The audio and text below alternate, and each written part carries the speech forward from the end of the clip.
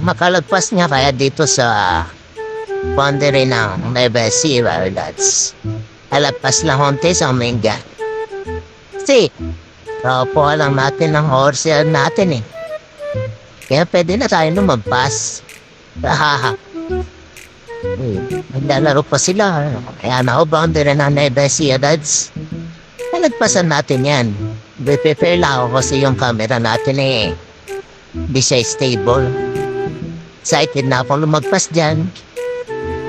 Kasi bago horse yan natin. Tapos po lang. Diba? Kaya natin tong mga bata. Namamasyan na sila. Ha? Start na natin ang engine. Ay, nakapatay pala. Ayan. Start na natin. Let's go! Nalagpas na tayo ng Mingan. Punta na tayo na San Jose. Ay, joke lang. Lupaw lang pala.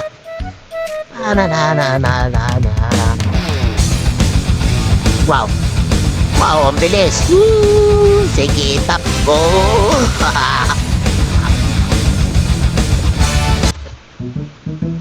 Bilis naman nun. Para siyang si Naruto. Bilis tumakbo. Ganito lang tayo mga pre, mga lods. Chill-chill lang sa mga pag-ride.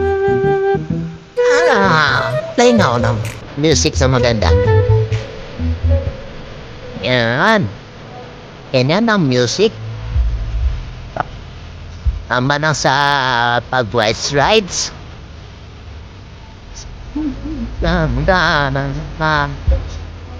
Takbong pogi lang tayo, lods.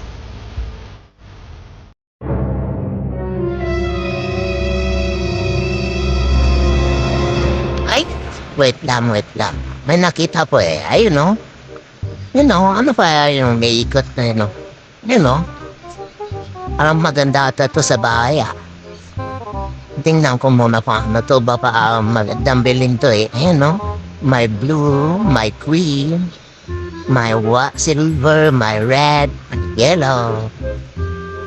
Magkano pa yung mga yan no? Balikan ko na lang. Hindi ako kinakabahan ha. Makita ko lang kasi yun yung mga benta doon. Ganda kasi kaya inintuan to. Kaya yung nandun no? Parang may artista doon matahinto lahat Tingnan ko, matignan nga kung ano kaya eh. Parang may shooting ng tanggol dito Ito parang may mga nagpipicture-picture pa doon ano kaya yun? Parang may shooting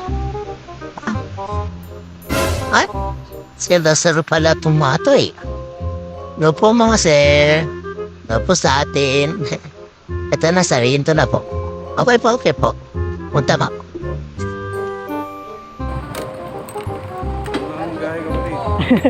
Pasyal lang ako doon. Nagalupaw lang sa lupaw? Ha? Nagalupaw lang? Hindi, dyan lang. Babalik din ako.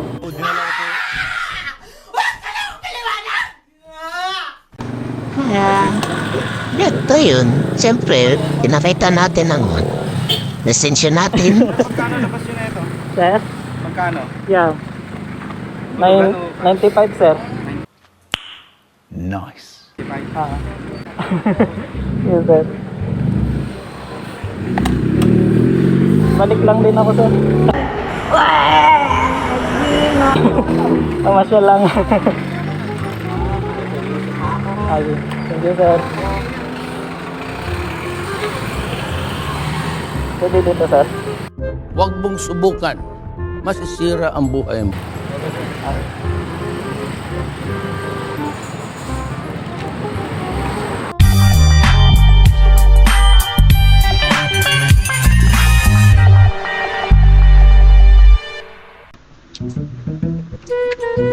Ayun, naparanas din tayo ng checkpoint. At testing tuloy yung kakukuha nating lisensya. Ganun dapat mga lods. Chill-chill lang tayo. Dapat kumpleto tayo ng mga requirements bago tayo mag-rides. Tulad ng driver's license at ORCR. pati mga riding gear, mga lods.